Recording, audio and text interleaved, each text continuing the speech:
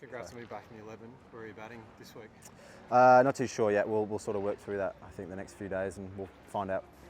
Does it matter to you where you bat? Not really, no. I'm very happy to be back in the side. So, as I said, yeah, we'll work through it, and I'll prep accordingly. Fielding. How do you come at that? It's a bit of a different thing for you. Yeah, I really enjoy my fielding actually. I've done a fair bit of it. I sort of only started keeping when I was 14, 15, so I grew up doing a lot of fielding, and it's something I actually really enjoy. I always like to be in the game, so I'm saying this now, it might all go arse up during the test match, but no, it's something I enjoy. Naturally, would you go to the cordon or? I think so, yeah, I think so at this stage. Sort of looking around, I'm not sure who else we have to go in there. It will depend on who's bowling, etc. But yeah, I think so. And you'd be hunting your first run out, hey? Yeah, absolutely, absolutely. Speaking of cordon, like you stood between Webster and Green, made for a great picture.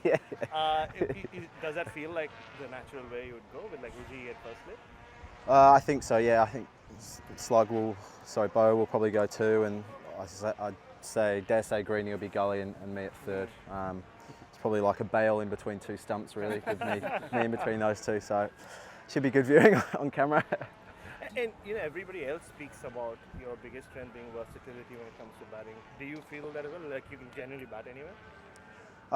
Yeah, I think it's just because I have done it, so I sort of feel comfortable going into different positions. I've obviously batted at the top in white ball cricket and in the middle, so sort of become accustomed to moving around a fair bit, and it's something I sort of pride myself on.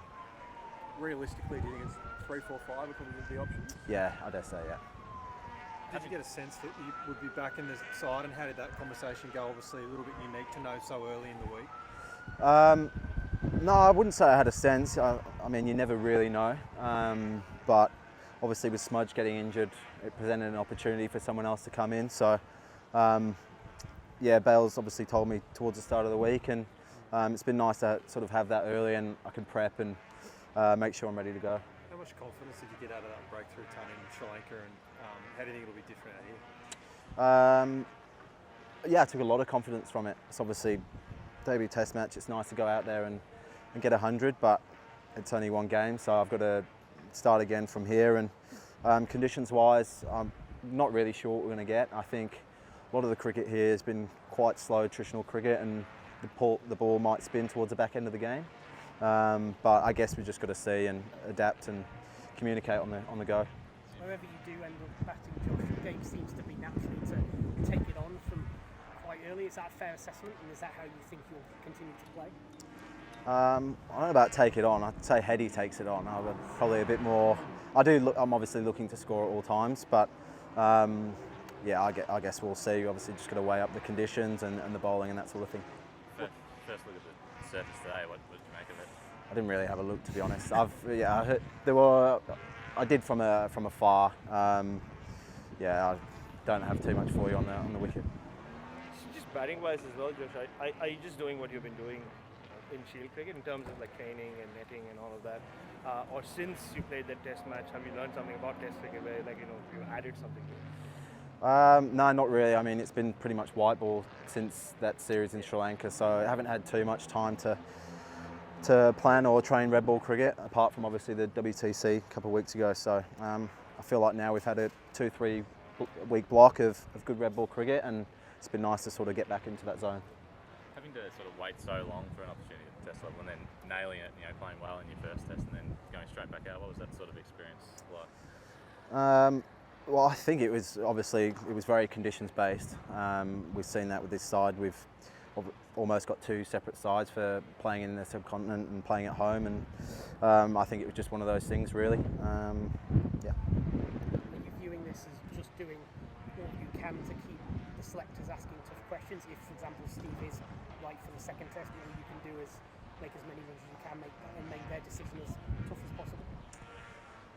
I mean, yeah, if I score runs, that will be the case, but I'm not really thinking too much about that. I think if you're thinking like that, you're probably going to come unstuck. So I'm just going to try to stick to my processes, and my focus is just fully on this game and playing the situation of the game. Do you see your medium-term future around the Test team as a specialist bat, though? Obviously, Alex has got the keeper locked up. Are you focused moment? I mean, I am for this series or this game, but obviously being able to keep wicket as well also helps you in the squad. But yeah, I'll just play when I'm picked, and we'll go from there. Do you continue to do keeping training, or can you do that in drills, or like keep yourself warm as a keeper? I mean, yeah, I will have to at some point. I've sort of had a good 3-month block almost at the IPL of keeping, so I felt it's been pretty important to get some fielding done this week. But yeah, I definitely don't like to go too long without having the rhythm of keeping wicket, because then obviously we've got the T20s coming up at the end of this Test series, so I'll definitely have to sort of think about that towards the back end of this series, I'd say. How was the IPL experience of the restart and the security situation? How did you find it? Yeah, it was obviously a strange time, pretty confronting actually at times for especially us and the Delhi guys that were up in Dharamshala. No, it was fine. Obviously, the ceasefire stuck, and there was added security measures that came into it from the restart. So definitely felt safe going back, and yeah, everything was fine. You spoke of a big block of white ball cricket now going back into red ball with not a lot of match practice. As a multi-format cricketer, how much of a challenge is that, and is it just something you're used to these days, transitioning quickly between formats? Yeah, I think definitely at the start it had its challenges. I feel like in the last few years, being around this setup, it just happens more and more, and guys are just getting used to it, whether it be playing a ODI series at home and then going into Shield cricket. Yeah, it's becoming more common, so I think guys are getting a lot better at adjusting.